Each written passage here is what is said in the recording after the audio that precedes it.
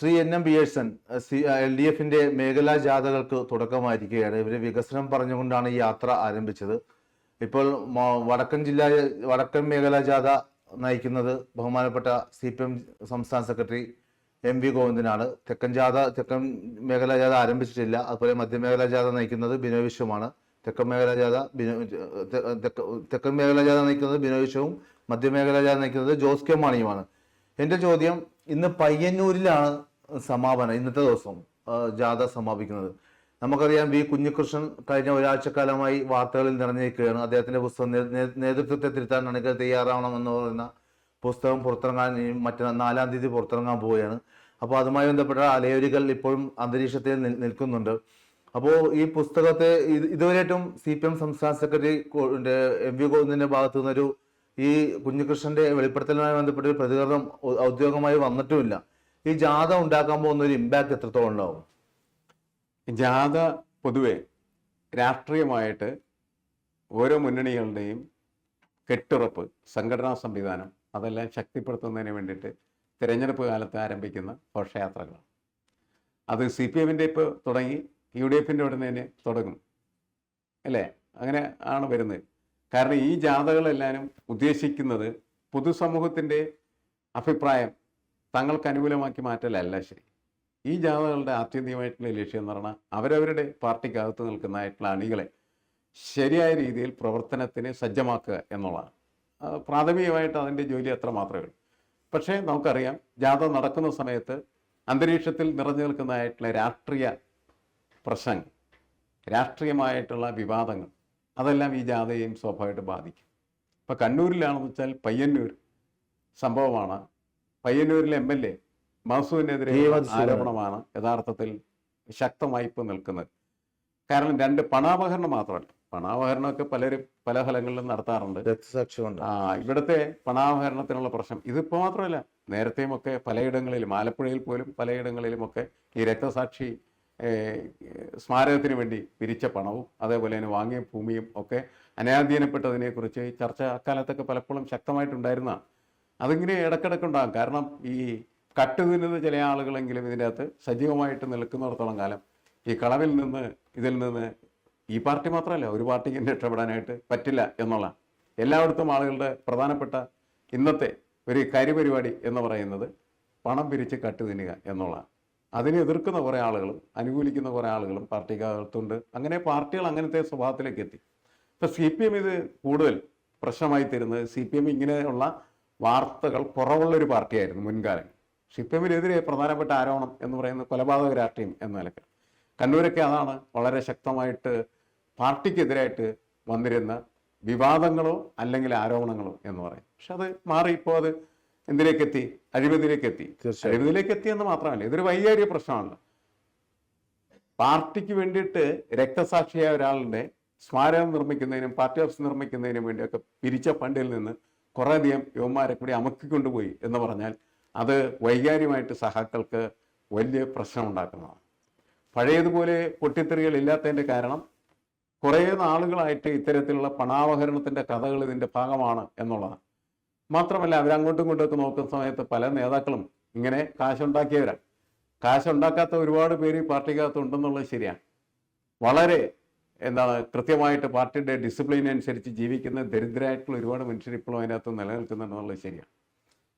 പക്ഷേ പാർട്ടിയിൽ കുറേ ആളുകൾ ഈ വരേണ്യ നേതാക്കളോ വരേണ്യ സഹാക്കളോ എന്ന് വിശേഷിപ്പിക്കുന്നവരായിട്ടുണ്ടാവുകയും അവരിങ്ങനെ കിട്ടുന്നതായിട്ടുള്ള പണത്തിൻ്റെ ഒരു പങ്കെന്ന് പറഞ്ഞാൽ അടിച്ചു മാറ്റി കൊണ്ടുപോവുകയും ചെയ്യുന്നത് എല്ലാ ജില്ലകളിലും കാണുന്ന ഒരു കാഴ്ചയാണ്. ഇവിടെ അത് വിവാദപരമായി വന്നത്, ഒന്ന് ഈ മസൂദനൻ ഇതേപോലെ MLA ആയിട്ട് നടക്കുകയും അയാൾ ഈ പണം അപഹരിക്കുന്നതിന് വേണ്ടിയിട്ട് മുൻപിൽ നിന്ന് പ്രവർത്തിച്ചു എന്ന് പറയുന്നത് പാർട്ടിക്കകത്ത് തന്നെ ഉയർന്നു വന്ന ആരോപണം. പാർട്ടിക്കകത്ത് എനിക്ക് തോന്നുന്നു 2022 ശക്തമായിട്ട് ഉയർന്നു വന്ന് വലിയ ചർച്ചകളൊക്കെ കഴിഞ്ഞ് അത് ഒരു ഇതൊക്കെ ഒതുക്കി നിർത്തിയിരുന്നതാണ്. വീണ്ടും അതിപ്പോൾ ഈ തെരഞ്ഞെടുപ്പ് കാലത്ത് രൂക്ഷമായിട്ട് പുറത്തേക്ക് വരുന്നത് ഈ സമയത്ത് അത്തരം വാർത്തകൾക്ക് വലിയ പ്രാധാന്യമുണ്ട് എന്നുള്ളതാണ്. എന്തായാലും എൻ്റെ ചോദ്യം ഞാൻ ചോദിക്കട്ടെ, അതായത് ഇവർ പറയുന്നത് വികസന യാത്ര, അതായത് കഴിഞ്ഞ 10 വർഷക്കാലം LDF സർക്കാർ നടപ്പിലാക്കിയ വികസന പ്രവർത്തനങ്ങൾ ജനങ്ങളിലേക്ക് എത്തിക്കുക, ക്ഷേമ പ്രവർത്തനങ്ങൾ ജനങ്ങളിലേക്ക് എത്തിക്കുക എന്ന ലക്ഷ്യത്തോടെയാണ് യാത്രയുടെ ലക്ഷ്യമായിട്ട് ഇവർ, അതായത് സംഘാടകർ പറയുന്നത്. അങ്ങനെയാണെങ്കിൽ നമുക്കറിയാലോ നിരവധി പ്രത്യേകിച്ച് ശബരിമല സ്വർണ്ണക്കൊള്ള വിഷയത്തിലൊക്കെ സർക്കാർ ഡിഫൻസിലാണ്. മാത്രമല്ല ഇപ്പൊ അവസാനം ഈ വി കുഞ്ഞികൃഷ്ണന്റെ വെളിപ്പെടുത്തലുകൾ, മാത്രമല്ല AK ബാലന്റെയും അതുപോലെ തന്നെ സജി ചെറിയാന്റെയും വിവാദമായ പ്രസ്താവനകൾ, വെള്ളാപ്പള്ളി നടേശന്റെയും വിവാദമായ പ്രസ്താവനകൾ. മാത്രമല്ല ഞാൻ കഴിഞ്ഞ ഒരാഴ്ച മുമ്പ് ബഹുമാനപ്പെട്ട അപ്പുക്കുട്ടൻ വള്ളിക്കുന്നിന്റെ വീട്ടിൽ ഒരു പുസ്തകം കൊടുക്കാനായിട്ട് ഞാൻ പോകേണ്ടായി.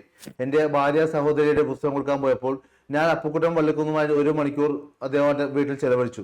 പുള്ളി ഇപ്പൊ സുഖമില്ലാതിരിക്കുകയാണ്. അപ്പൊ അദ്ദേഹത്തെ ചെലവഴിച്ചപ്പോൾ അദ്ദേഹം പല വിഷയങ്ങൾ ചർച്ച ചെയ്തപ്പോൾ രാഷ്ട്രീയവും ഞങ്ങൾ ചർച്ച ചെയ്തു. ഒരു മാധ്യമപ്രവർത്തനമായതുകൊണ്ട് രാഷ്ട്രീയവും ചർച്ച ചെയ്തു. അപ്പൊ അദ്ദേഹം പറഞ്ഞ പോയിന്റ് ഉണ്ട്, കേരളത്തിൽ ഭരണവിരുദ്ധ വികാരമില്ല, പക്ഷേ പുള്ളി ഉപയോഗിച്ച വാക്കാണ്, പക്ഷേ ശക്തമായ പിണറായി വിരുദ്ധ വികാരം ഉണ്ടെന്നാണ് അപ്പുക്കുട്ടൻ വള്ളിക്കുന്ന് പറഞ്ഞത്. പക്ഷെ അത് കഠിനമാണ്. ഇപ്പോൾ വന്നിപ്പോ കുഞ്ഞികൃഷ്ണന്റെ ഇതൊക്കെ വെറും സാമ്പിൾ വെടിക്കെട്ടാണ്. അല്ലെങ്കിൽ ഇപ്പൊ തിരുവനന്തപുരത്തുണ്ടായ ഫണ്ട് വിവാദം, നമ്മുടെ കുഞ്ഞികൃഷ്ണൻ ഉയർത്തിയ വിവാദങ്ങളായാലും ഞാൻ പറഞ്ഞല്ലോ. അപ്പോൾ ഞാൻ നേരത്തെ സൂചിപ്പിച്ചതുപോലെ അപ്പുക്കുട്ടൻ വള്ളിക്കുന്ന് പറഞ്ഞത് ഇവിടെ ഒരു ഭരണവിരുദ്ധ വികാരമില്ല, ശക്തമായ പിണറായി വിരുദ്ധ വികാരമാണ് ഇവിടെ നിലനിൽക്കുന്നതെന്നാണ് പറയുന്നത്. നമ്മൾ ഇതൊരു വസ്തുതയല്ലേ? ഈ ഭരണവിരുദ്ധ വികാരം എന്ന് പറയുന്നത് ഭരണകൂടം മൊത്തമായി ജനങ്ങൾക്ക് സ്വീകാര്യമല്ലാത്ത രീതിയിലുള്ള പ്രവർത്തനങ്ങളിൽ ഏർപ്പെടുമ്പോഴാണ് നമ്മളതിനെ ഭരണവിരുദ്ധ വികാരം എന്ന് പറയുന്നത്. അങ്ങനത്തെ ഒരു വികാരം കേരളത്തിലില്ല. കാരണം കേരളത്തിൻ്റെ ഭരണ സംവിധാനങ്ങളിൽ പലതും ആളുകൾക്ക് സ്വീകാര്യമായതും അതേപോലെ നല്ലതും എന്ന് തോന്നുന്നതായിട്ടുള്ള ഒരുപാട് ക്ഷേമ പ്രവർത്തനങ്ങളും മറ്റു കാര്യങ്ങളൊക്കെ ഉണ്ട്. അതുകൊണ്ടാണ് ഭരണവിരുദ്ധ വികാരം ഉണ്ടായത് എന്ന് നമുക്ക് പറയാൻ പറ്റില്ല.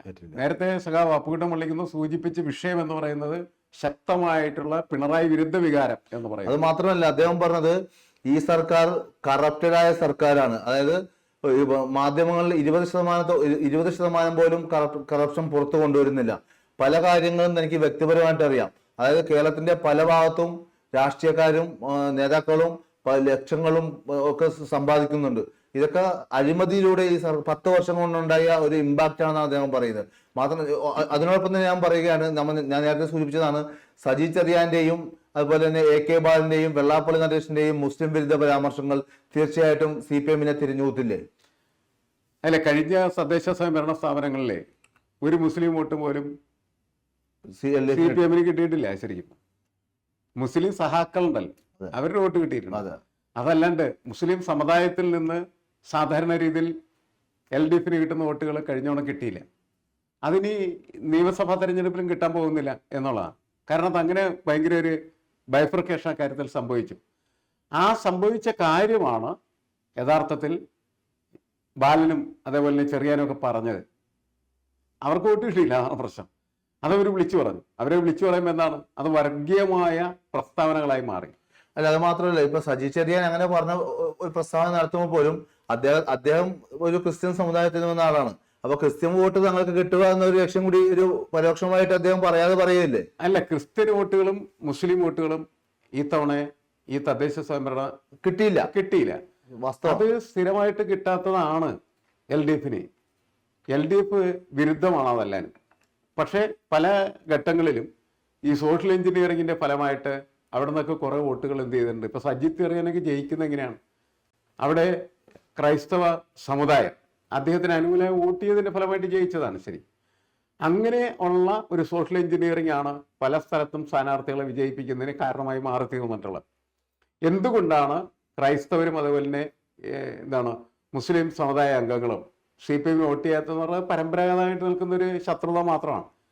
അവരൊക്കെ വിചാരിക്കുന്നവരെ പഴയ ഒരു തീവ്രമായ കമ്മ്യൂണിസ്റ്റ് നിലപാടുള്ള പാർട്ടിയൊന്നും അല്ലല്ലോ ഇത്. കേരളത്തിലെ ഒരു സാധാരണ ഒരു പാർട്ടി മാത്രമാണ്. അവരെ അതിനെ എതിർക്കേണ്ട കാര്യമില്ല എന്നെനിക്ക് പല ഘട്ടങ്ങളിലും തോന്നിയിട്ടുണ്ട്.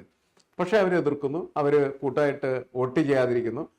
മാത്രമല്ല, അവരെ വോട്ട് ചെയ്യാതിരിക്കുന്നതിന് പ്രധാനപ്പെട്ട കാരണം അവരുമായിട്ട് അന്വേഷിച്ച സമയത്ത് അവർ മോദിക്ക് അതിശക്തമായിട്ട് എതിരാണ് മുസ്ലിം സമുദായം. അതുകൊണ്ട് അവരെന്ത് ചെയ്യുന്ന വെച്ചിട്ടുണ്ടെങ്കിൽ മോദിക്കെതിരെ നിൽക്കുന്ന പാർട്ടി എന്ന നിലയ്ക്ക് മോഡി വിരുദ്ധത പോലെ ഒരു പിണറായി വിരുദ്ധതയും ഇപ്പോൾ മുസ്ലിം സമുദായത്തിനിടയിൽ വ്യാപകമായില്ലേ? അതെ, അതിന്റെ ഫലമായിട്ട് സംഭവിച്ച നഷ്ടമാണ് ശരിക്കും പറഞ്ഞാൽ മുസ്ലിം വോട്ടുകളുടെ നഷ്ടം എന്ന് പറയുന്നത്. അത് തിരിച്ചെടുക്കാനായിട്ട് കഴിയും എന്ന് പ്രതീക്ഷിച്ചിട്ട് കാര്യമില്ല. കാരണം നമ്മളീ പറയുന്ന രീതിയിൽ പിണറായി വിരുദ്ധ വികാരമുണ്ടെങ്കിലും സമുദായ നേതൃത്വത്തിന്, മുസ്ലിം സമുദായ നേതൃത്വത്തിന് പിണറായിയുടെ എതിർപ്പുണ്ടെന്ന് വെച്ചാൽ ഇല്ല. ക്രൈസ്തവ സമുദായ നേതൃത്വത്തിന് എതിർപ്പുണ്ടോ? ഇല്ല. അവരൊക്കെ ആയിട്ട് നല്ല ബന്ധം പുലർത്തുന്ന ഒരാൾ തന്നെയാണ് പിണറായി വിജയൻ. പൊതുസമൂഹത്തിന് മുന്നിൽ അദ്ദേഹത്തിന്റെ ഈ എന്താണ് ഘോഷയാത്രകൾ, 50 വണ്ടിയിലധികമുള്ള വാഹനങ്ങളുടെ അകമ്പടിയോടുള്ള അദ്ദേഹത്തിന്റെ യാത്രകൾ എന്ന് പറയുന്നതാണ് ഏറ്റവും കൂടുതൽ അദ്ദേഹത്തിന് എതിരായിട്ട് തിരിഞ്ഞിട്ടുള്ള ഒരു വൈകാരിക പ്രകടനം എന്ന് പറയുന്നത്. അത് ശക്തമാണ് ശരിക്കും പറഞ്ഞു. അതുപോലെ തന്നെ അദ്ദേഹം നടത്തിയ കടുക്ക് പുറത്തുനിന്നുള്ള വാക്കുകൾ, പല വാക്കുകളൊക്കെ ഇപ്പോഴും കൊണ്ടു നടക്കുന്ന ആളുകൾ അങ്ങനെ കൊണ്ടു നടക്കുന്നതിന്റെ കാരണം എന്താണെന്ന് പറഞ്ഞാൽ അദ്ദേഹത്തിനുള്ള വികാരത്തെ ആളിക്കത്തിച്ചേർത്താനും പിണറായി വിരുദ്ധ വികാരം ശക്തിപ്പെടുത്താനും ഒക്കെ സഹായിക്കുന്നതാണ്. അതുകൊണ്ട് പ്രതിപക്ഷം എന്ത് ചെയ്യുന്നു? അത് നല്ല രീതിയിൽ ഉപയോഗിക്കുകയും ചെയ്യുന്നു. ഈ ഒരു സാഹചര്യത്തിൽ ഇടതുപക്ഷത്തിന് ഉള്ള ജയസാധ്യത തന്നെ അതില്ലായ്മ ചെയ്യുന്നു എന്നുള്ളതാണ് യാഥാർത്ഥ്യം. ഈ പറയുന്ന നമ്മുടെ എന്താണ് ജാഥകളൊക്കെ അവസാനിക്കുന്ന ജാഥയുടെ കാര്യം പറഞ്ഞപ്പോഴേ, ഈ ജാഥ ഇതില് വികസന ജാഥ, വികസന മുന്നേറ്റ ജാഥ എന്നൊക്കെയല്ലോ പറയുന്നത്. സ്വാഭാവികം ശബരിമല സ്വർണ്ണക്കൊള്ള ഉൾപ്പെടെയുള്ള ഈ പ്രശ്നങ്ങളും അതുപോലെ അഴിമതിയും ഈ അവിടെ നടന്ന അയ്യപ്പനെ മോഷ്ടിച്ചതും ഇതെല്ലാം കൂടി ഇതൊക്കെ പറയാൻ ഇതിനെല്ലാം ആരോപണങ്ങളും പ്രത്യാരോപണങ്ങളും നേരിടേണ്ടി വരില്ലേ? അതൊക്കെ ഇതിൻ്റെ അകത്ത് വരുന്നുണ്ട്. പക്ഷേ ഈ ശബരിമല കൊള്ളയിൽ ആരാണ് ഇല്ലാത്തത്? അതില് CPM ഉണ്ട്, കോൺഗ്രസ് ഉണ്ട്, പിന്നെ എല്ലാ ആളുകളും ഇതിൻ്റെ അകത്ത് ഉണ്ടല്ല. അവരാരും മാറുന്നില്ലല്ലോ. കുറെ കാലമായിട്ട് നടക്കുന്ന കൊള്ളപ്രക്രിയയാണെന്നുള്ള രീതിയിൽ വന്ന സമയത്ത് കോൺഗ്രസിന് ഉദ്ദേശിച്ച ഗുണമാക്കാര്യത്തിൽ നിന്ന് ലഭ്യമല്ലാതെ വന്നു. ശരി, തന്ത്രിപെട്ടതോടുകൂടി BJPക്ക് അതിനകത്ത് വലിയ താല്പര്യമില്ലാതെ അങ്ങനെയാണ് ഈ സ്വർണ്ണക്കൊള്ള, അയ്യപ്പന്റെ സ്വർണ്ണക്കൊള്ള അങ്ങനെ കടന്നുപോയത്. അത് പരസ്പരം ഉപയോഗിക്കാം എന്നല്ലാണ്ട് ഈ തദ്ദേശ സ്വയംഭരണ സ്ഥാപനങ്ങളിൽ ഉപയോഗിച്ച പോലെ അതിനൊരു ഇമ്പാക്റ്റ് നിയമസഭ തെരഞ്ഞെടുപ്പിൽ ഉണ്ടാവില്ല. തദ്ദേശ സ്വയംഭരണ സ്ഥാപനങ്ങളിൽ ഒറ്റ പാട്ടേ ഉണ്ടായിരുന്നുള്ളൂ. സ്വർണം കിട്ടത് ആരപ്പ സഹാക്കളാണ്, അയ്യപ്പ, അതിന് മാത്രമേ ഉണ്ടായിരുന്നു. മനസ്സിലായി? ഇപ്പൊ പോറ്റിയെ കയറ്റിയത് ആരെന്ന് ചോദിക്കില്ല, പോറ്റിയെ കയറ്റിയത് ആരാണെന്ന് കൃത്യമായിട്ട് ഉത്തരവുണ്ട്.